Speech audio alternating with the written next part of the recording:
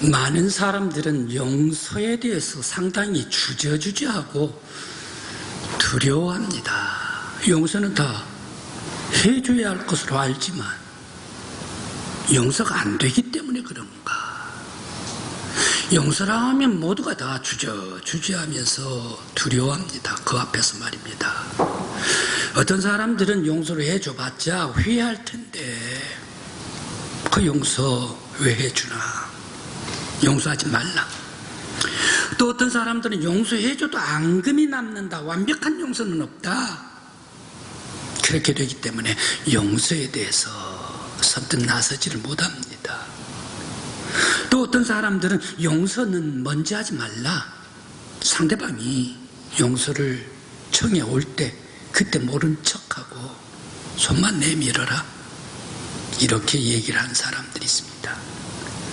그런데 용서란 말만 들어도 모두가 다 힘들어하고 근심이 먼저 앞서는 것, 이것은 용서는 반드시 해줘야 할 것인데 내가 완벽하게 해줄 수가 없기 때문에 용서 앞에 서면 다른 사람과 미워하는 사람이 있기 때문에, 마음에 미워하는 사람이 있기 때문에, 그 사람 땀이 있기 때문에 용서에 대해서 두려워하지 않나 생각을 해봅니다.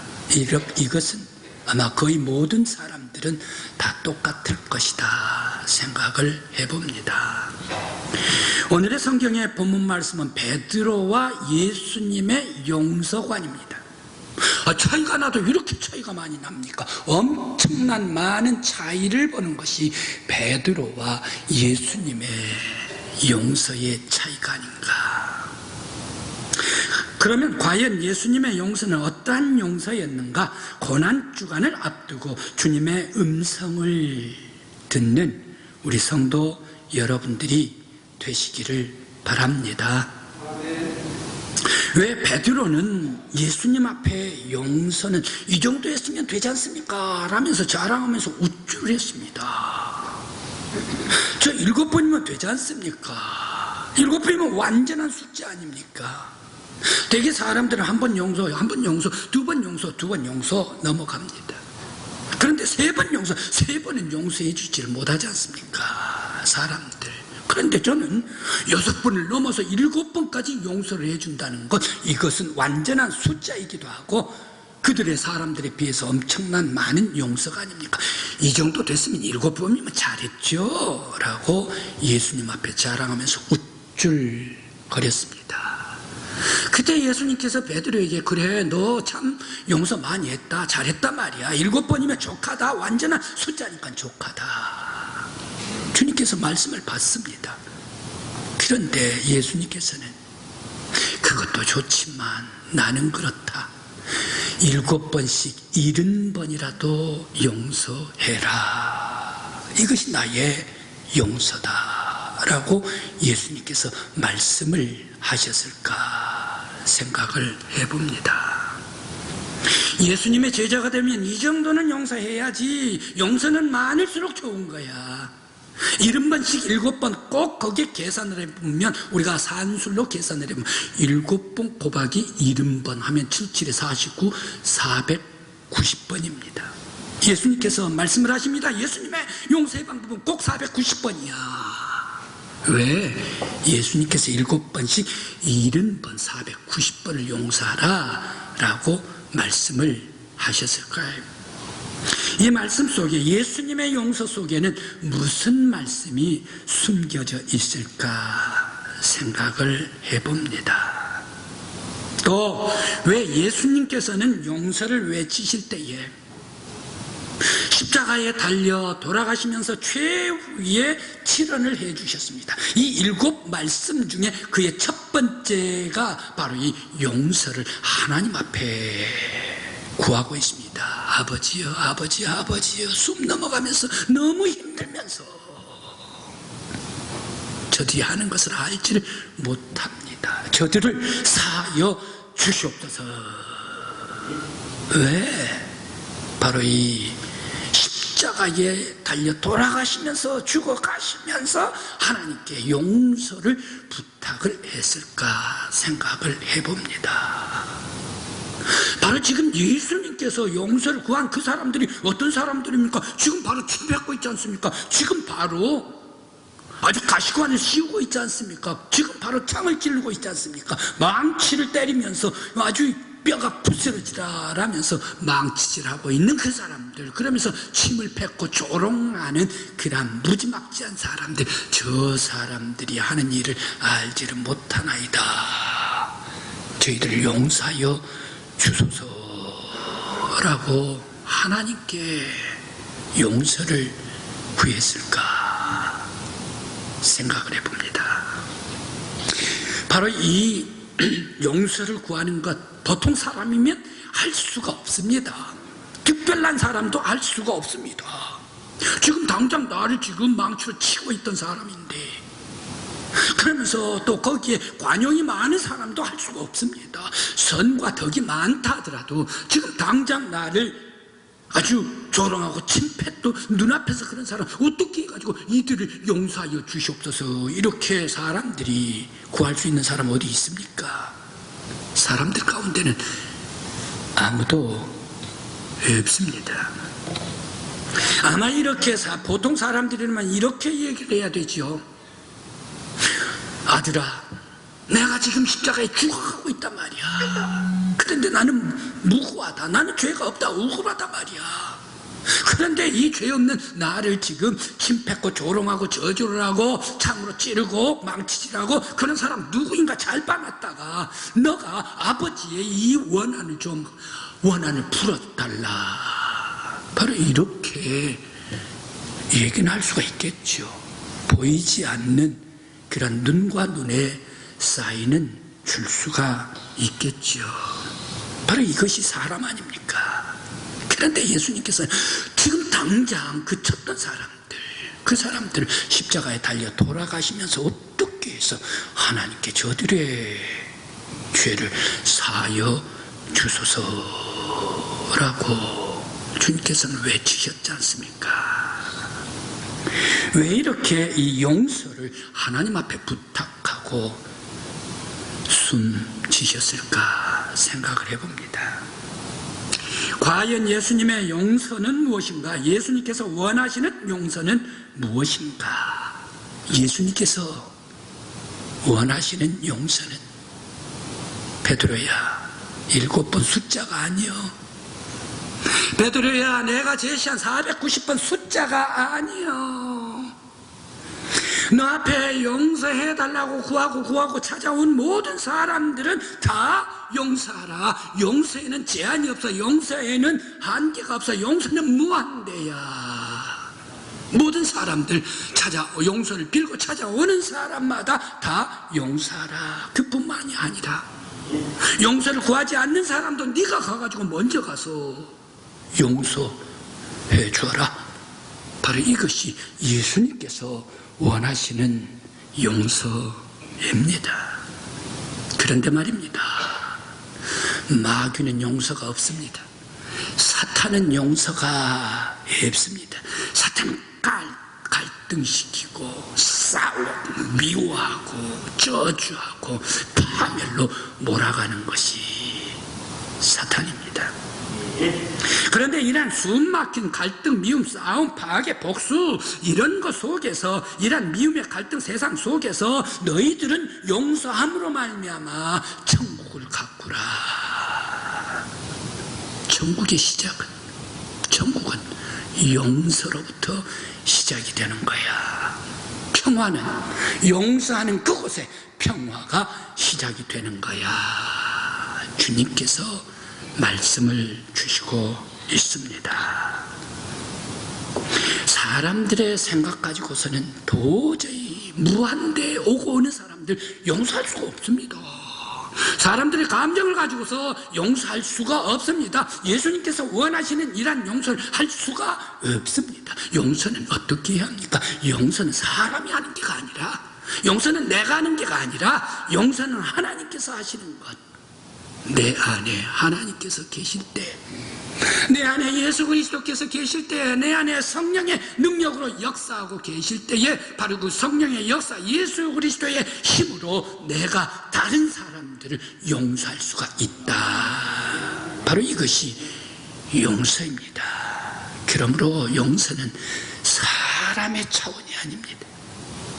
용서는 바로 이 하나님의 용서요, 예수 그리스도의 용서가 있을 때에 완벽한 용서를 할 수가 있습니다. 한 가정에 형제들이 5명 있었습니다. 그런데 바로 이 형제들 가운데에 큰 형, 둘째 형, 아주 능력이 뛰어납니다. 그래 멀리 가서 부모님 고향을 떠나서 멀리 가서 열심히 직장 일을 했습니다. 그리고 넷째, 다섯째도 역시 마찬가지로 능력이 있습니다. 그래서 멀리 가서 열심히 일했습니다.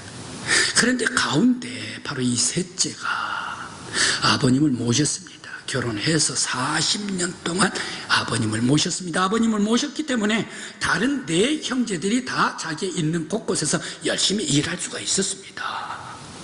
그런데 아버님께서 돌아가시면서 집, 땅도 아들, 그 셋째 아들한테 등기를 해주고 또 논도 셋째 아들한테 등기를 해줬습니다. 그러다가 보니까 다른 4형제들, 그러면서 그렇게 생각하지 않는 사람도 있는데 두 분이 조금 좀 언짢다, 불안하다, 불쾌감을 나타냈습니다. 그러면서 온 가족이 그 땅, 이것을 가지고 서로들 간에 불편했습니다. 그랬을 때 내놓으라 이거예요. 그때에 기도하러 올라갔습니다. 셋째가 기도하러 올라갔습니다. 집 땅은 그대로 살고 있는 그 땅 그대로 자기 등기하고 이제 넌 이것을 가족들에게 내놓겠습니다 라고 얘기를 했습니다.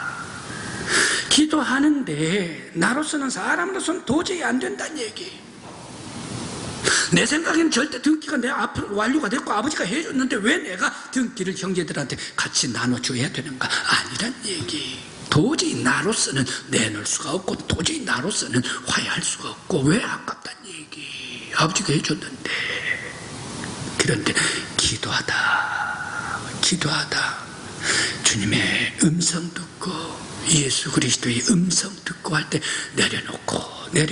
내려놓다가 그 논을 다 가족들에게 내놓았습니다. 그러면서 그분이 하시는 얘기가, 이것은 절대 내가 하는 것이 아니다. 내 안에 예수께서 하신 것이다. 나는 내놓을 수가 없다. 그러나 내 안에 성령님께서 은혜를 주셨기 때문에 내가 이렇게 내놓을 수가 있다. 바로 그 말씀을 하시면서 내가 화해하는 게가 아니라, 내가 용서하는 게가 아니라 내 안에 계시는 예수님께서 화해하고 용서해 주었기 때문에 내놓습니다 라고 이렇게 말을 하는 것을 들어보았습니다. 성도 여러분, 용서는 사람이 하는 것 아닙니다. 화해는 사람이 하는 거 아닙니다. 용서는 하나님의 차원입니다. 그 안에 예수님이 계시나, 그 안에 하나님의 형상이 보이나, 그 안에 성령의 은혜가 있고 성령의 능력으로 역사하고 순종하는 사람인가. 바로 거기에서 담을 쌓았던 원수가 되었던, 힘들어 미워하는 사람, 그런 높이 원수가 된 사람, 그런 사람들까지 다 포용하고 예수의 은혜로 용서할 수가 있을 줄 믿습니다. 우리 성도 여러분, 여러분들이 바로 이 용서하심으로 말미암아 여러분들의 영혼, 여러분들의 생활 속에 하나님의 사람들로 하나님 나라가 아름답게 빛나기를 간절히 기원합니다. 오늘날 세계는 너무너무 갈등이 많이 있습니다.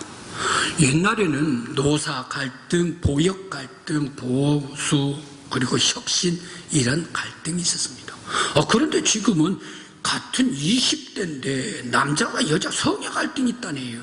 그러면서 세대차로 세대의 젊은 사람, 연세가 드신 사람, 이러한 세대의 갈등이 있습니다. 그러면서 또 다른 갈등이 있는데 선과 악의 프레임을 쌓아가지고 되게 크게 선의 갈등, 악의 갈등, 바로 이러한 프레임 속에 갈등을 하게 되는 것이 요즘에 나타나고 있습니다. 그러면서 거짓과 진실, 바로 이러한 갈등이 또 생겨나게 되었습니다. 민족 갈등, 사상 갈등, 남북 갈등, 사회, 세상 살아가는 사람들 갈등 없는 사람은 없습니다. 아주 숨이 막힙니다. 어디에 속해 있는가? 갈등 속에 살아가고 있는 이 세상의 모든 사람들이 아닌가. 바로 이런 갈등을 깨끗이 씻으려면 어떻게 해야 되는가? 사람이 용서하는 거 아니에요. 사람이 화해시키는 거 아니에요. 70번이라도 7번씩 너희들은 용서하라. 바로 그것은 하나님께서 화해시켜 주시고 하나님의 마음으로 용서할 때만이 모든 장벽들이, 원수가 녹아지고 화평과 평화가 임한다. 오늘 우리 믿음의 성도 여러분, 여러분들의 영혼에 행여 지금까지 막힌 것이 있습니까? 답답한 것이 있습니까? 미워한 것이 있습니까? 예수의 마음으로 성령의 능력 안에서 모든 것을 녹일 수 있는 여러분들이 되시길 간절히 기원합니다. 바로 이 평화의 시작. 왜 예수님께서 70번씩 7번이라도 용서해 줘라? 왜 십자가에서 엘리 나마사박단 마지막에 저들 용서하옵소서라고 주님께서 말씀해 주셨을까? 이 갈등의 혼란과 꽉 뚫려있는 이 세계 속에 막히고 막힌 이 사회, 바로 이 예수의 음성 듣고 하나님 나라로 만들어서 뚫어라. 바로 이것 때문에 용서를 주신 줄 믿습니다. 오늘 고난주간 한 주간 전을 맞이해서 우리 하나님의 음성 듣고 성령의 음성을 들어서 하나님께서 역사해 주심으로 말미암아 내가 살고 여러분들이 가시는 곳곳마다 모든 것이 평화와 은혜와 소망으로 뚫어지는 역사가 임하시기를 간절히 기원합니다. 용서가 없는 곳은 어떤 곳인가? 우리 강구 지역의 생활로 제가 한번 생각을 해보았습니다. 용서하지 않는 곳은 수족관, 달리는 수족관에 생선이 싣고 가는 그 수족관과 같다. 자동차 안에 수족관이 있는데 바다에 살던 그 물고기가, 생선이 이 수족관으로 팔려 나가는 생선과 같다. 바로 이것으로 생각을 해봅니다. 이 생선 바다의 대양에 아주 깊고 넓게 다녔습니다. 그런데 갑자기 붙잡혀 와가지고 거기에 수족관에 쏙 들어가 버립니다. 이리 달리려고 해도 헤엄치려고 해도 막히고 저리 헤엄 막히는 것뿐입니다. 갈 수가 없으면 힘을 낼 수가 없습니다. 그러니 어떻습니까? 할 수 없이 힘을 접어야지요. 지느러미를 접어야지요. 얌전히 있어야지요. 그러다가 보니까 대양으로 헤엄칠 수가 없으니까 그 수족관 속에서 절망하고 좌절하고 낙심하고 팔려가서 죽어가는 것이 바로 이 생선인가? 그러다가 만일 바다에 방류를 한다, 물고기를 방류를 한다라고 하면 어떻습니까? 금시 죽어가던 이 물고기가 죽은 줄 알았는데 방류를 해줬더니 금시 빠르게 깊은 바닷속으로 가고 어느새 바다로 급히 빠져 재빠르게 가버리는 것이 바로 이 물고기가 아닌가. 용서 없는 세상, 수족관에 우리가 살았다 하더라도 갇혀있는 생선과 같이 절망과 좌절과 낙심과 무거운 짐뿐일 것입니다.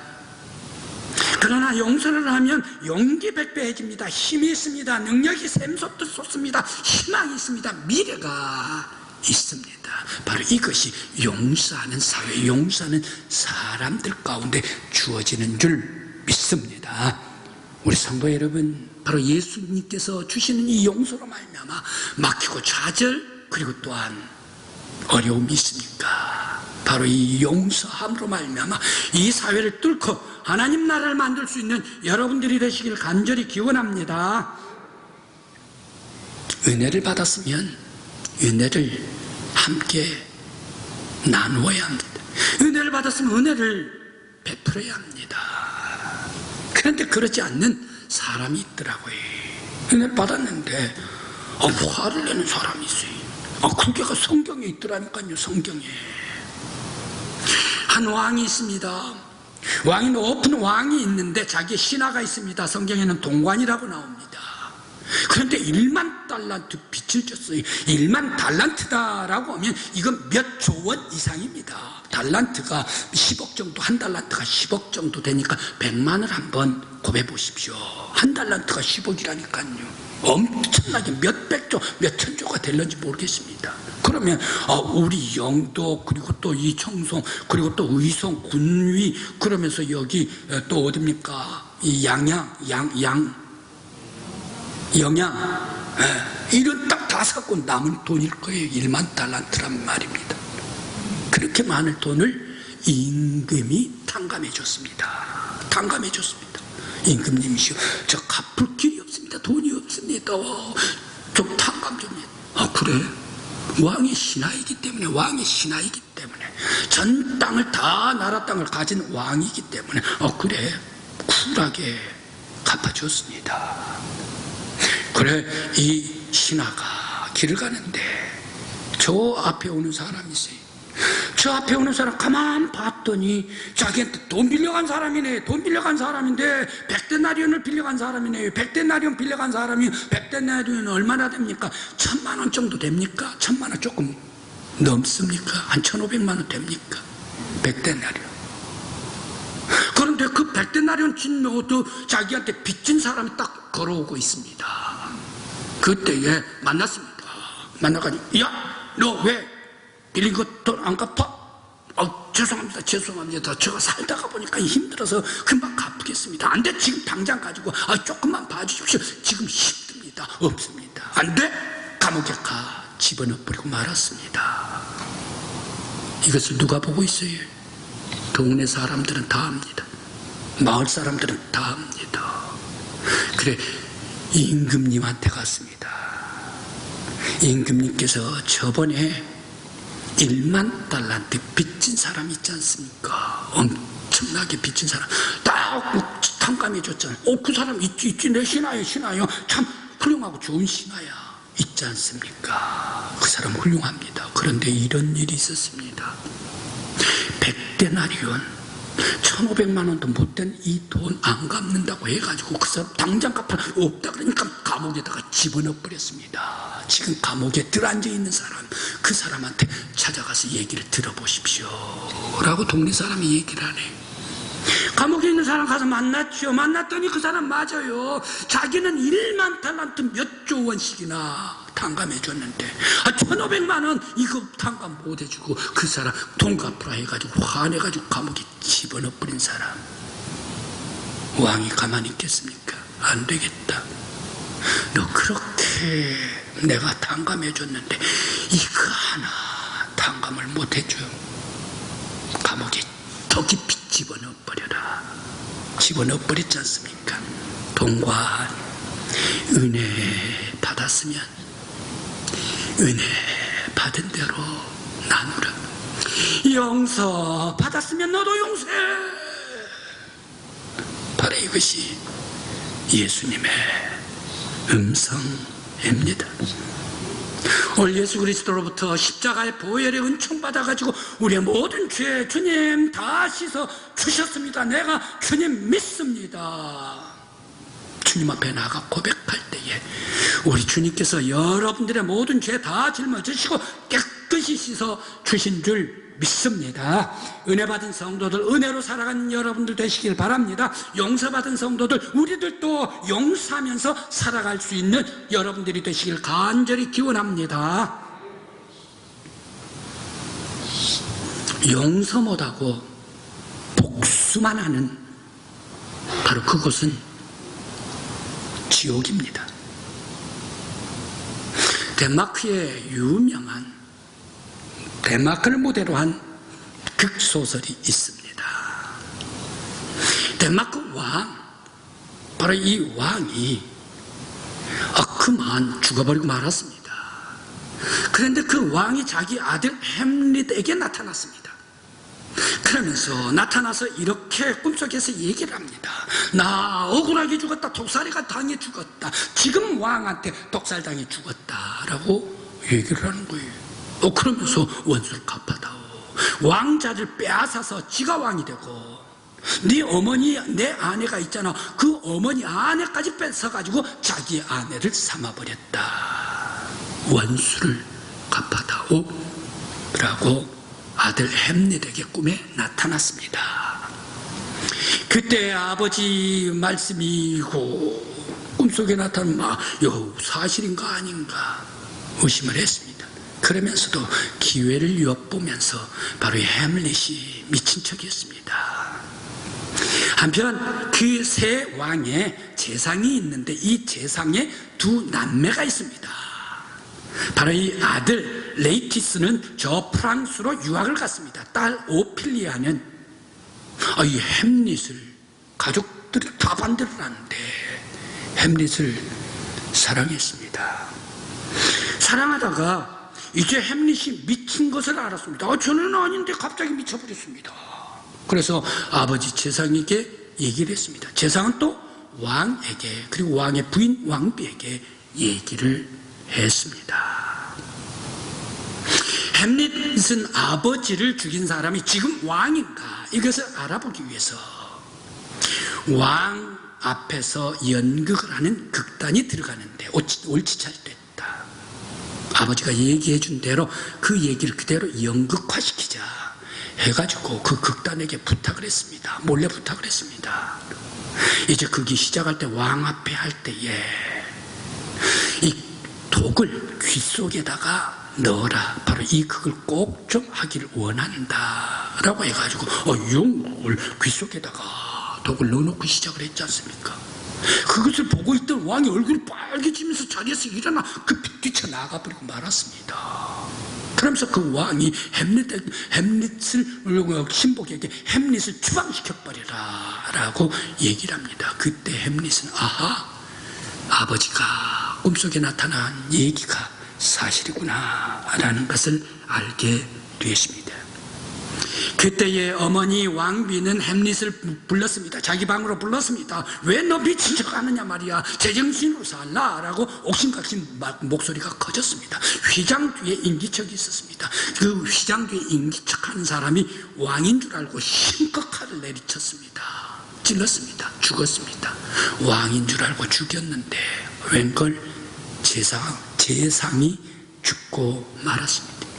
제상이 죽고 나니까 이 아들, 프랑스에 유학 갔던 이 아들이 급히 돌아옵니다. 햄릿이 내 아버지를 죽여 라고 하면서 씩씩거리면서 들어오게 됐습니다. 또한 아버지가 죽으니까 그 동생 오피리아도 아버지가 죽은 것을 보고 실성해가지고 이 딸도 죽어버리고 말았습니다. 바로 이 오빠 아들, 이 사람은 이 햄릿이 내 아버지도 죽이고 내 동생도 죽였다 하면서 복수하리라 라고 복수의 칼을 갑니다. 그때 왕이 왕의 복음을 내려주면서 독을 묻힙니다. 그러면서 이 칼로 햄릿을 죽이라 라고 얘기를 합니다. 이제 동생의 장례식이 됐습니다. 그 장례식에 속에서 부글부글 화가 끓어올랐습니다. 도저히 안 되겠다. 햄릿 죽여야 되겠다 해서 결투를 신청을 했습니다. 결투를 할 때에 다시 왕은 바로 이 왕의 칼을 그 오빠한테 내어주면서 독을 또 묻힙니다. 그러면서 결투를 할 때에 땀이 나면 포도주를 마실까 해서 바로 이 햄릿 옆에 포도주를 마시게 하는데 그 포도주 잔에 독을 또 뿌립니다. 그러면서 열심히 결투를 했습니다.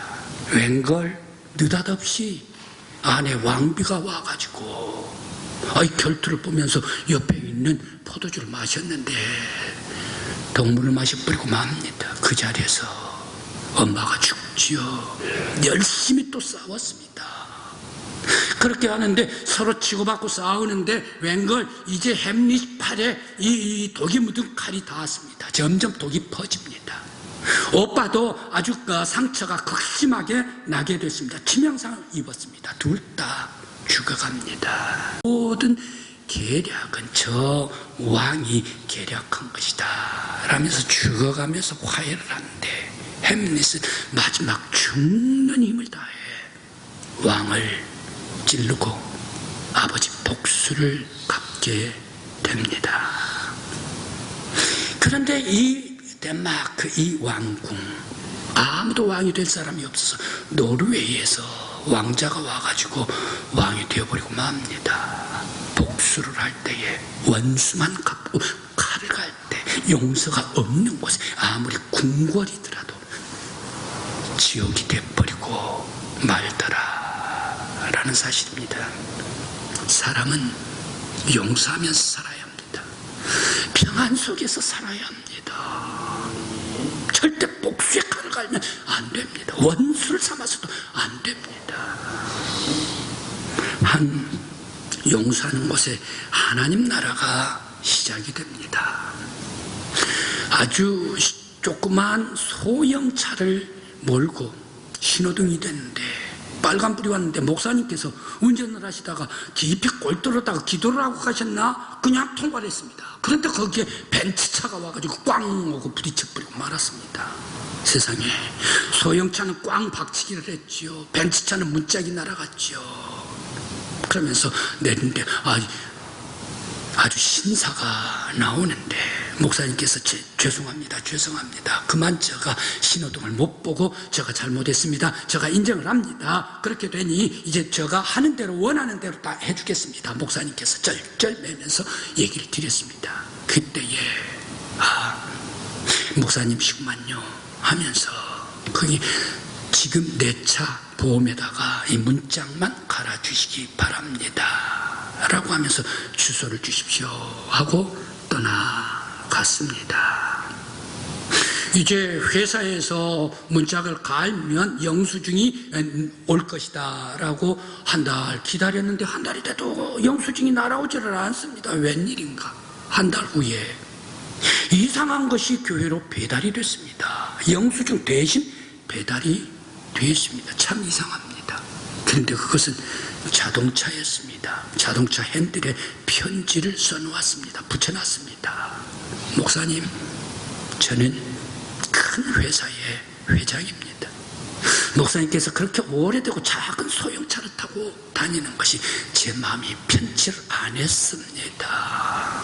목사님, 이거 적은 것이지만 목사님이 타시고 이건 내가 하는 게 아니라 주의 이름으로 하는 겁니다. 위에서 기도해 주시길 바랍니다 라고 편지가 써졌어요. 세상에, 용서를 했더니 용서를 넘어서 은혜가 있고, 용서를 넘어서 기쁨이 있고, 용서가 넘어서 행복이 있고, 용서가 넘어서 축복이요 천국이 임하더라.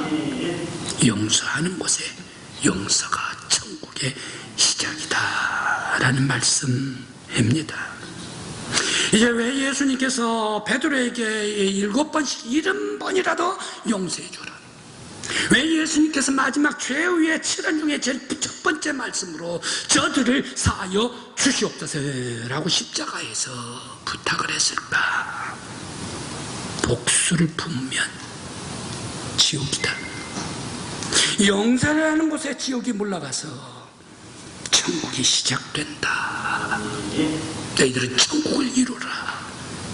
지금 우크라이나, 러시아 화해를 해서 지옥이 탈출되기를 간절히 바랍니다. 또한 여러분들의 영혼과 여러분들의 가정, 그리고 행여 여러분들의 마음속에 막힌 담이 있습니까? 미워하는 사람이 있습니까? 아니면 깊이 원한이 있는 사람이 있습니까? 원수가 있습니까? 이건 사람으로서는 안 됩니다. 나로서는 안 됩니다. 바로 예수의 마음을 품을 때, 성령의 능력으로 역사해 주실 때 우리들은 다 깨끗이 용서할 수가 있을 줄 믿습니다.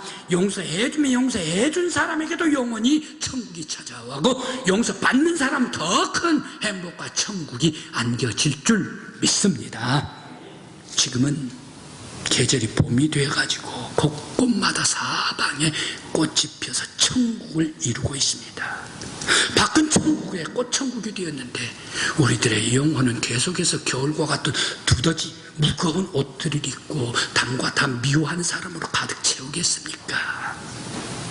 바로 이 세상의 천국보다 예수 그리스도의 용서를 우리들이 해줄 때에 우리의 영혼은 세상 천국보다 더 아름다운 하나님 나라의 천국이 여러분들의 영혼 속에 만발하시길 간절히 기원합니다.